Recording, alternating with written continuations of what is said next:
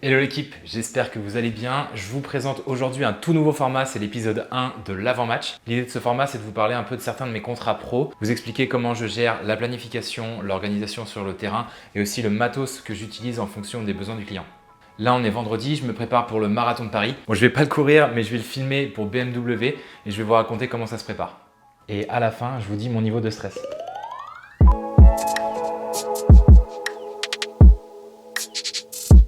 Bon, pour commencer, on va voir ensemble les caractéristiques du projet.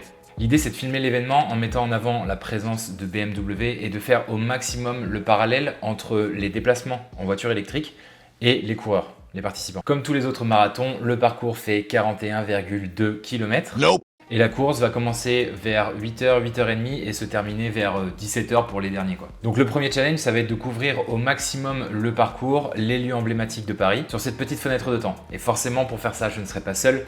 Je serai accompagné de Olivier et Théo, que vous connaissez sûrement si vous suivez un peu la chaîne, et de Chris qui va venir nous épauler pour le projet. Donc on va travailler en équipe pour ce projet, ça va pas mal simplifier les choses, mais ça va quand même nécessiter pas mal d'organisation aussi à l'avance. Le second challenge vient du besoin du client qui est de publier en live, ou quasiment en live. Sur ce genre d'événement qui ne dure qu'un seul jour, c'est quand même dommage de publier 3 jours après du contenu. On a besoin de vivre, on a besoin de voir l'ambiance qui se passe en ce moment même à Paris, quoi. Donc on va devoir produire du contenu live, des stories, que ce soit en format photo et vidéo sur le compte de BMW France. Et après l'événement, on va devoir fournir un pack photo et une vidéo récap de 45 à 60 secondes au format vertical qui sera publié dans la semaine qui suit.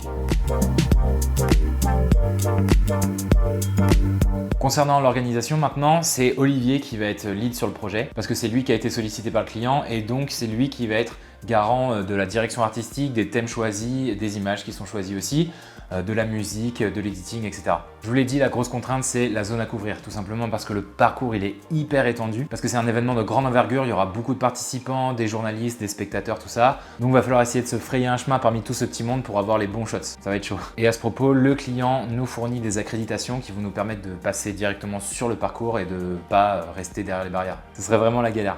On a beaucoup à couvrir, on a peu de temps pour le faire. Donc Olivier nous a prévu une shotlist qui est carrément timée. Ça veut dire qu'on a le déroulé de la journée avec tous les différents spots et les différents endroits qu'on doit shooter. Et donc nous, on va savoir exactement à quel endroit et à quel moment on doit être et aussi à peu près ce qu'on doit shooter. Forcément, on a des choses qui sont imposées par le client, des choses que le client veut voir absolument et d'autres éléments où on a beaucoup plus de liberté comme filmer les participants, l'architecture de Paris, etc.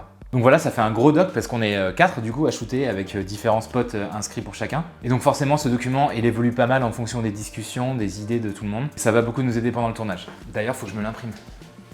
Un truc important, je vous l'ai dit, c'est qu'on doit publier en quasi live. Du coup, au milieu de la matinée, on va se retrouver à un spot relativement central, tous les 4, pour dérusher un peu. Et l'un de nous 4 va devoir rester sur son ordi pour faire un peu d'editing en collaboration avec le client et pour pouvoir publier direct après. Ce qui fait que le rythme va être bien vénère.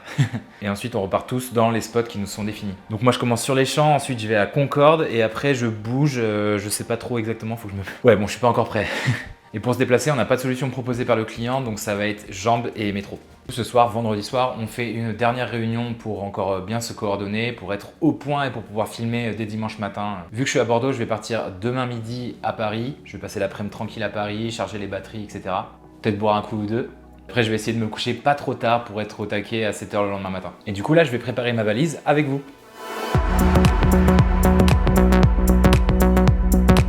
Niveau matos aussi, on essaye de se répartir le matériel entre tous pour pouvoir faire les plans dont on a besoin. Ok, c'est parti. Donc déjà, on va devoir être très mobile.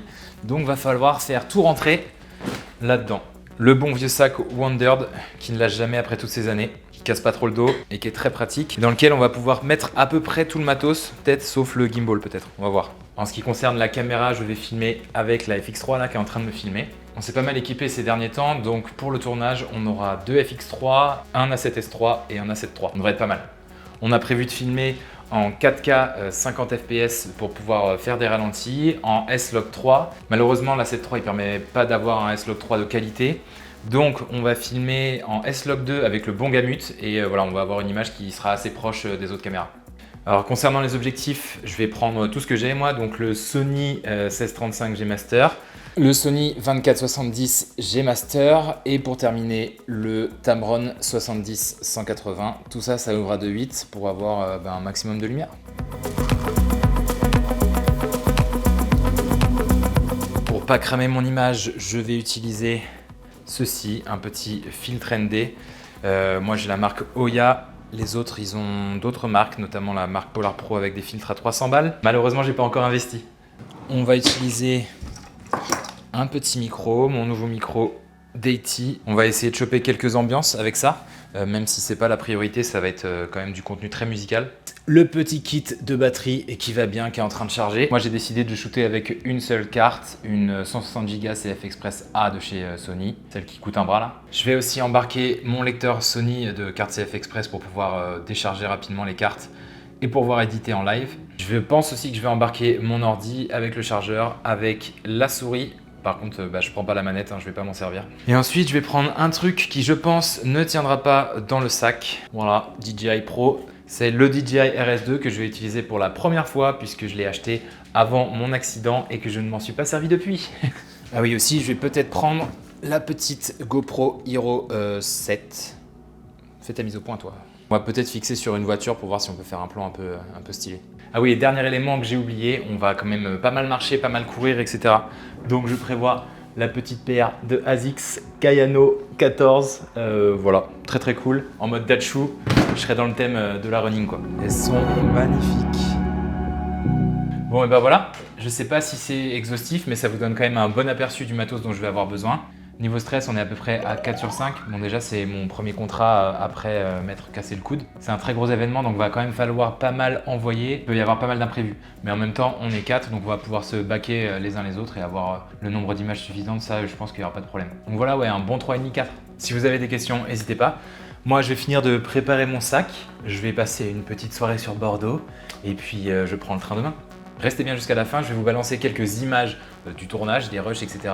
Et puis je vous fais un débrief, peut-être live directement en sortie de tournage vers 17 h dimanche avec les potes, etc. Enfin, voilà, ça pourrait être cool.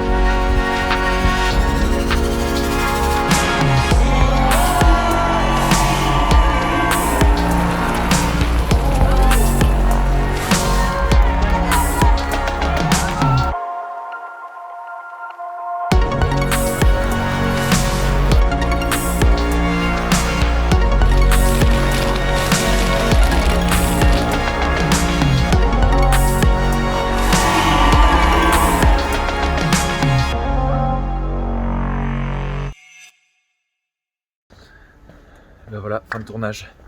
C'était cool, un peu fatigué, forcément. Levé à 5 h du mat, mais bon, on l'a fait. C'était cool, ça s'est bien passé, il n'y a pas eu de problème, donc voilà. Merci de m'avoir suivi.